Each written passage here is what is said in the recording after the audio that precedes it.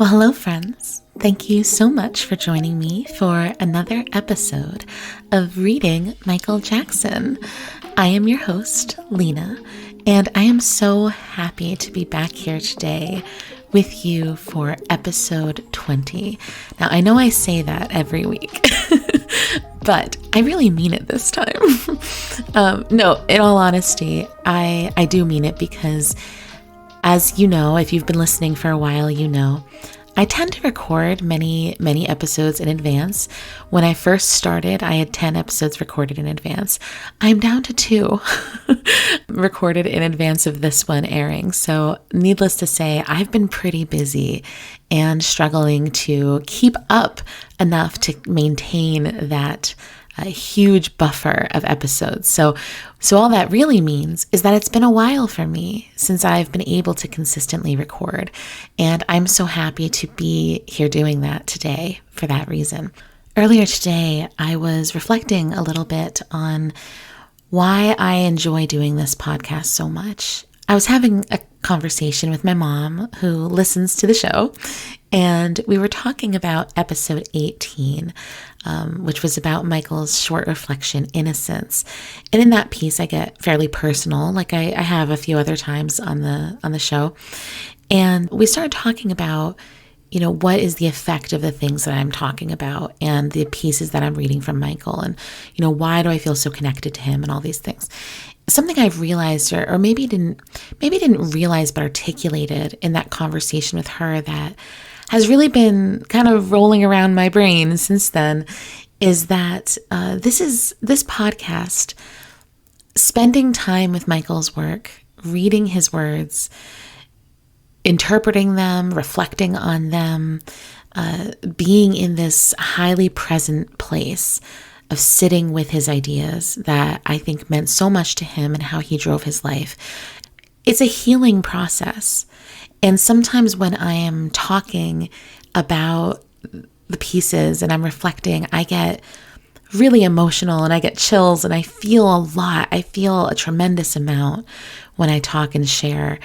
I realize it's almost like a self-healing process for me and a kind of therapy for me, where it's not necessarily about me, but simply the act of sitting in reflection and contemplating and wondering and trying to understand and being curious and really kind of sifting through my own philosophies of life. It's a really tremendously healing process for me. So I had this thought today that I am genuinely so happy to be back in recording. And I'm also so happy that I can share it with you, because for me, it really is a healing process. And I hope that for you, it is too, to listen, not only, to my parts of it, which is perhaps the least important part, but to sit with, Michael's words and to sit with how they affect you and how they are part of your life. And if my reflections and perceptions can help you with that, then that's an amazing thing too. Needless to say, I'm grateful to have this opportunity to kind of heal on air while discussing these ideas with you. And I'm so glad that you joined me to be a part of that process. So without spending too much more time leading up to it, I'd like to get right into the episode focus for this week, which is another short reflection, kind of in line with the last few. We had innocence, we had trust, and now we have one called courage. And I almost feel like Michael is kind of working through these kinds of qualities and aspects of life that a lot of people maybe struggle with, or maybe things that he personally struggled with. So let's think of it almost like this is a trilogy, at least until next week when we talk about love. This is a trilogy, the last 3 weeks. And so we are going to spend some time today talking about courage. So relax, get comfortable, and first enjoy this reading of Michael Jackson's piece, Courage.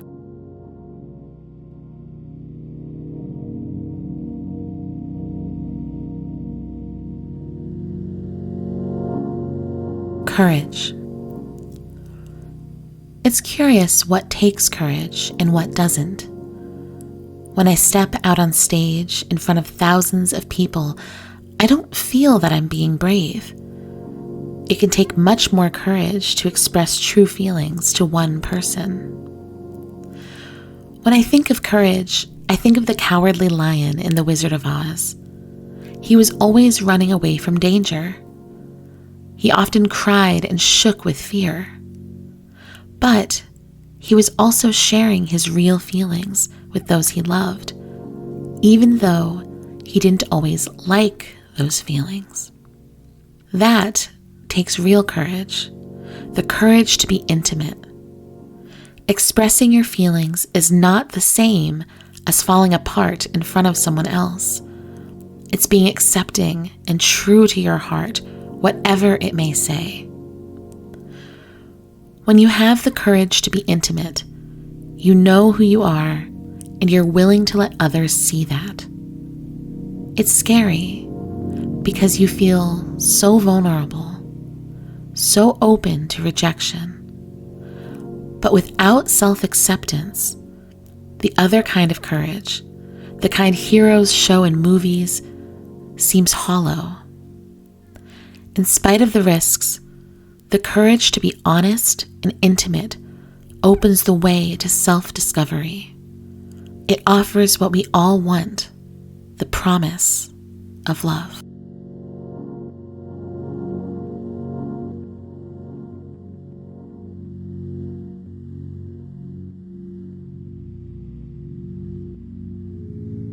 Well, this piece has quite a lot in it I would like to touch upon. I have a lot of directions that I would like to go with discussing this. Firstly, one thing I really like about this piece is that when I compare it to the last two we had, I'm not sure why, and maybe this will become clearer to me as I reflect on the piece itself. But I feel like this piece, for me, demonstrates a bit more of Michael's actual struggle with this himself than I maybe saw in the previous two pieces. The reason I say this is because the entire piece is about courage. And Michael starts out talking about this perception people may have that it takes courage and bravery to get up and perform in front of thousands of people. And then he immediately says, it takes much more courage to express a true emotion to one person. And because he uses that personal example as a performer first and follows it right up with this, I feel like this is also a personal example. Now, granted, for most people, or many people rather, sharing a true emotion with one person, having intimacy, as Michael calls it, it is really hard. That's not unique to Michael. It is really hard. But Michael's life, his ability to be intimate and trust intimacy, was undoubtedly harder than for the vast majority of people.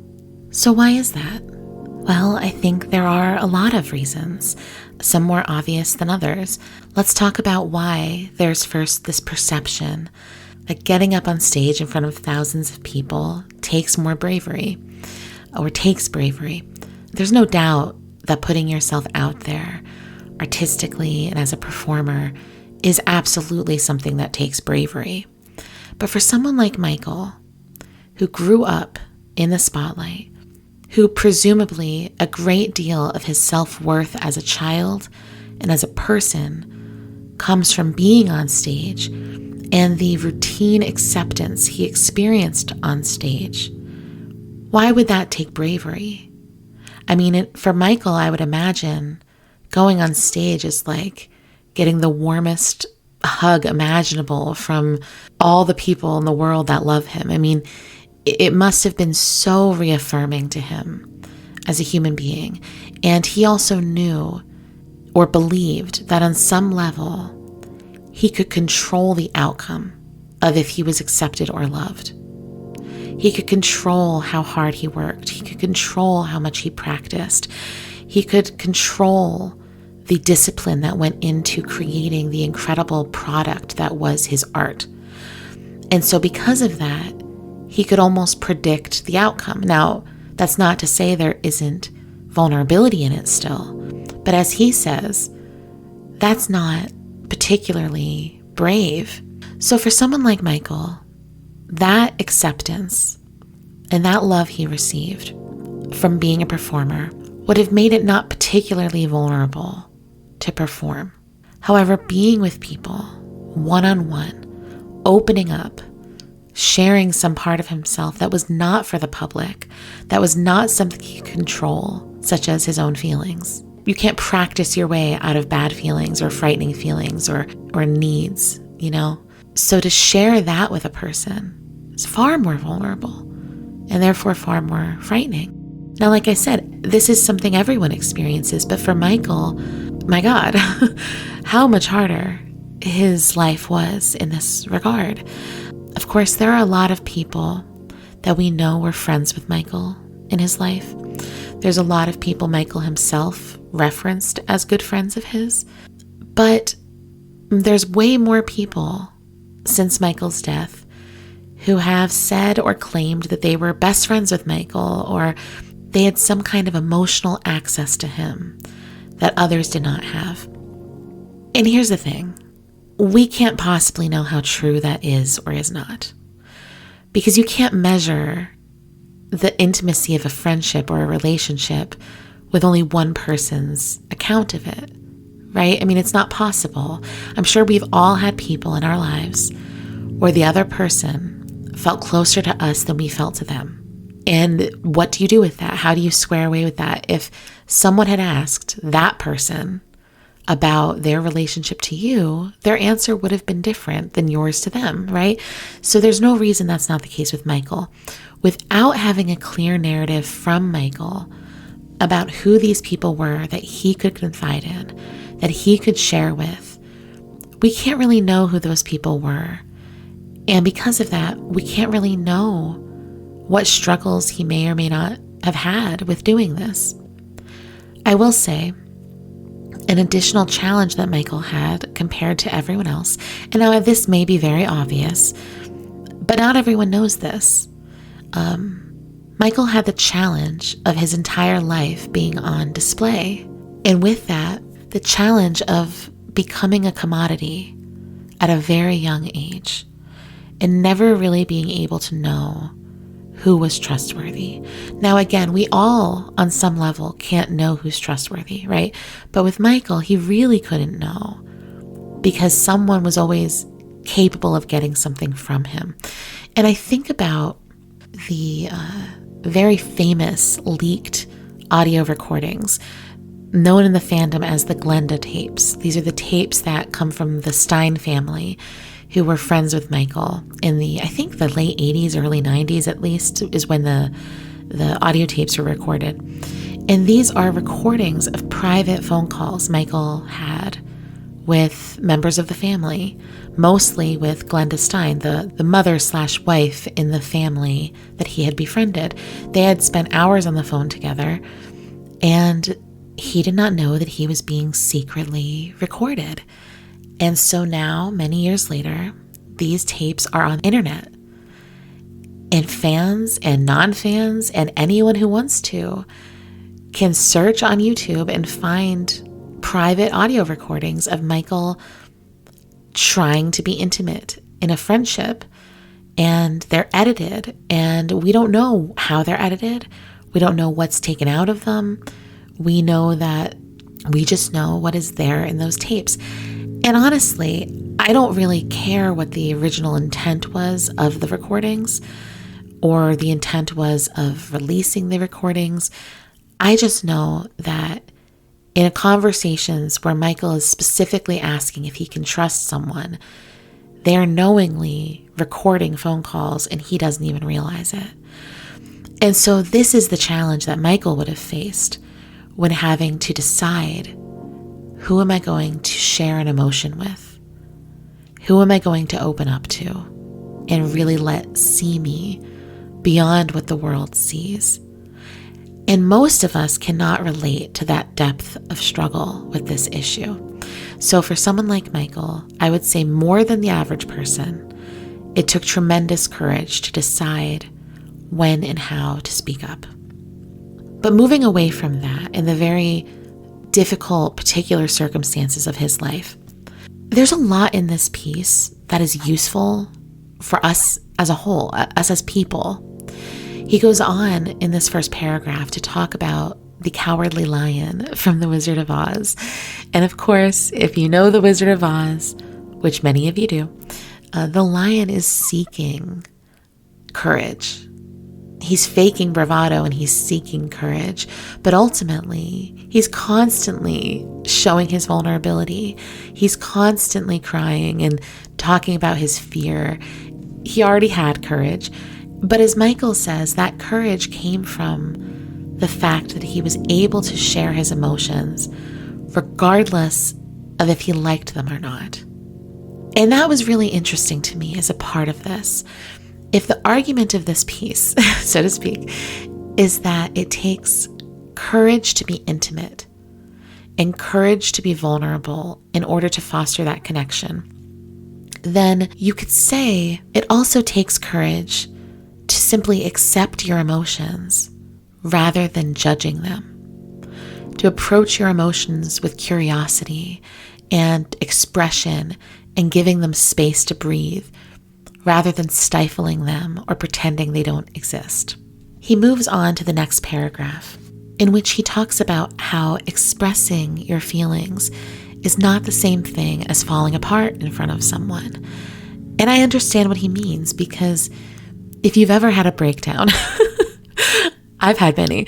If you've ever had a breakdown in front of someone in an inconvenient time or moment, it's not always a person you chose, and it's not always a situation that you are intentional about. Sometimes it just happens. You spill out beyond your own barriers and boundaries, and that can be embarrassing and vulnerable. And hopefully, in those moments, we are met with kindness. But the difference is that just happens. Whereas the intention of choosing a person and confiding in them, knowing that you may not be able to predict how they'll respond, predict what they will think of you and how they will react to you and what you're saying, that takes real courage to go through with it anyway. Toward the end of the essay, he starts talking about how this type of courage is so much more valuable than the courage we tend to admire. The courage where there's a hero, where we look up to people for their brute strength or their courage in the face of physical danger or violence.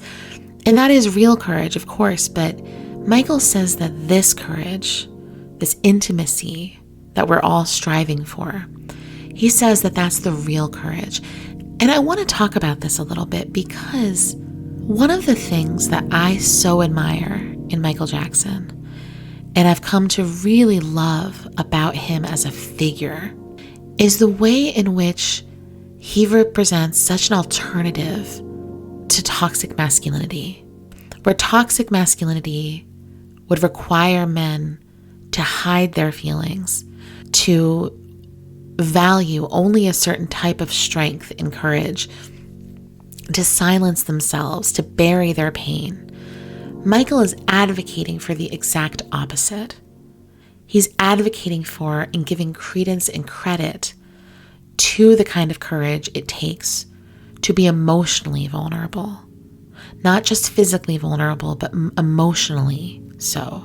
And I love this because throughout his career, his imagery, his style, his way of embodying himself, he has this yin and yang of masculinity and what's often termed as femininity, but I don't see him that way. In particular, I think that a lot of this is, a cultural construct as to what we determine is masculine versus feminine.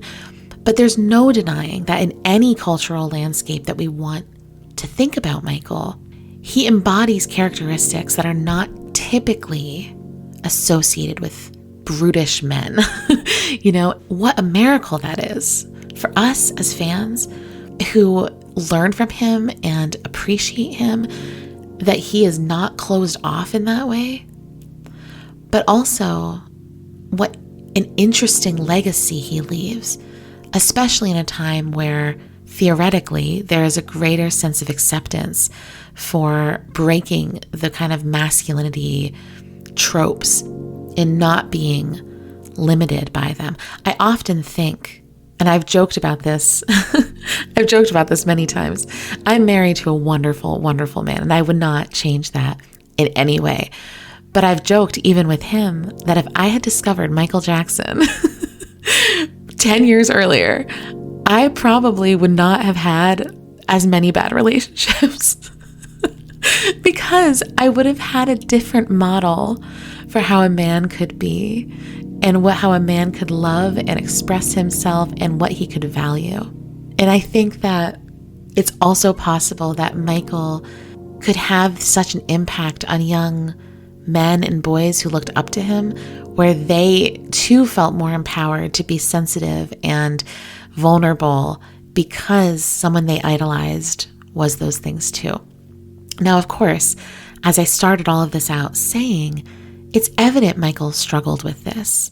I mean, you can look at the things we know about his life, but you could also look at several lyrics he has, different songs. I immediately think of the song Give In To Me, which is one of my favorite songs, honestly. And if you haven't listened to it in a while, just go right now and do it. But Give In To Me is such a powerful song. It's sexy, it's intense, it's emotional. But for me, when I hear the lyrics, at the center of it is a man who is unwilling to be vulnerable. He's starting to protect himself from someone he fears is going to hurt him or has hurt him. And so his whole approach in the song is, don't try to understand me, just listen to me. And it's this very, masculine kind of energy in the song. So that there's that up against something like this. And so that tells us a story about Michael, that he was a complicated man. He was a man, first of all, and he was a complicated man, and a man who saw and intellectually understood the importance of his own vulnerability, but struggled just the same with it. And again, that kind of battle that we see throughout his, lyrics and his artistry is real. It's very real and relatable. A few other things I want to say before I wrap up this episode.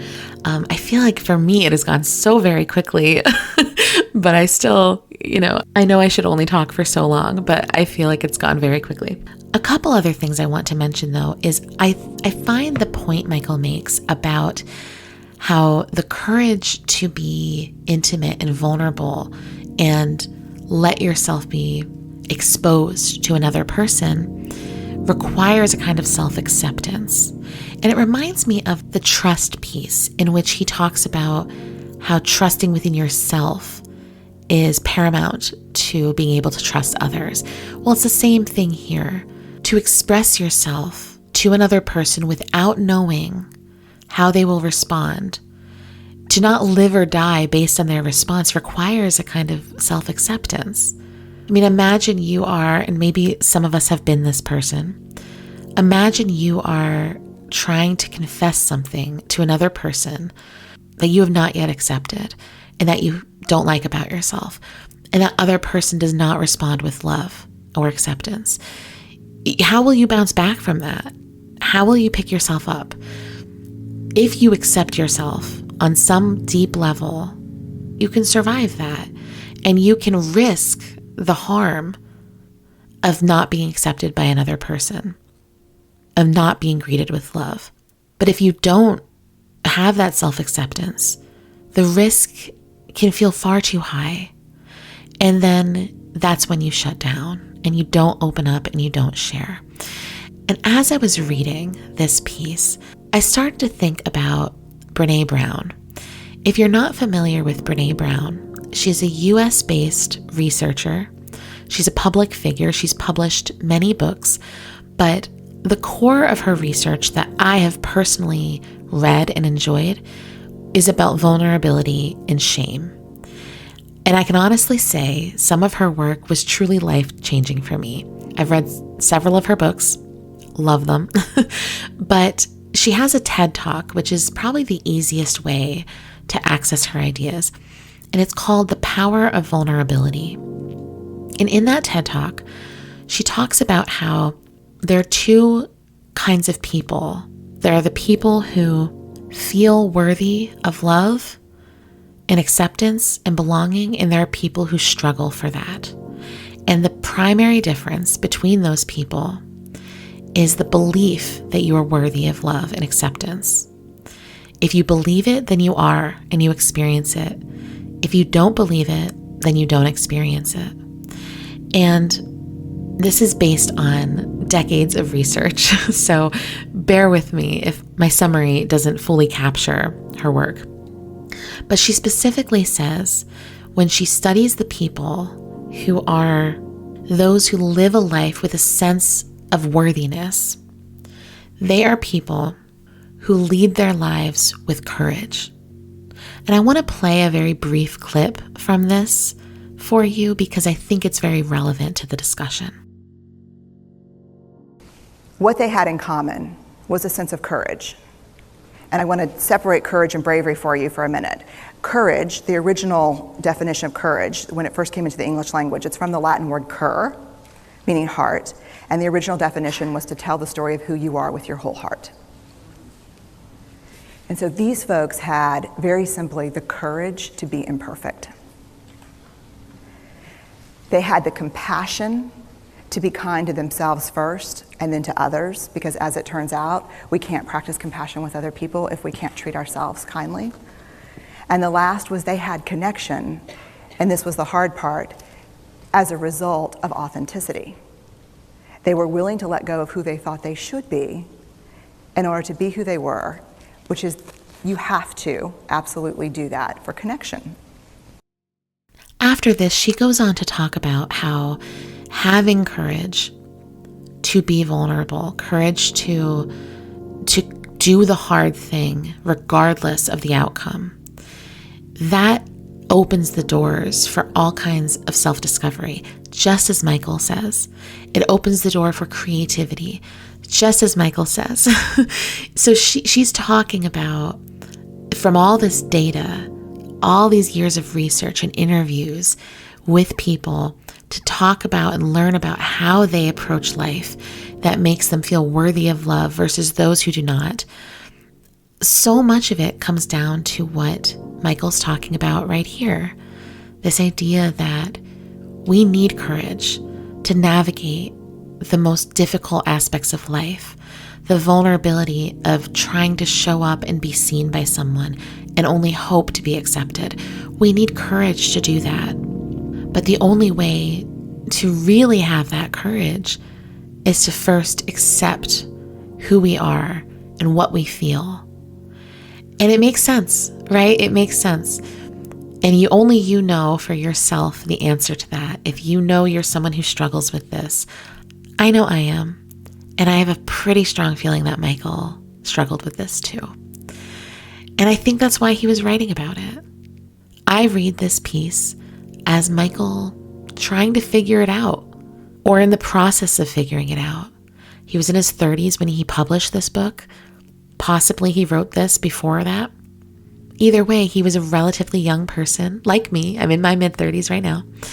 Relatively young person, trying to figure it all out and coming to some heartfelt conclusions. And reading this piece makes me read the other previous two pieces a little differently too.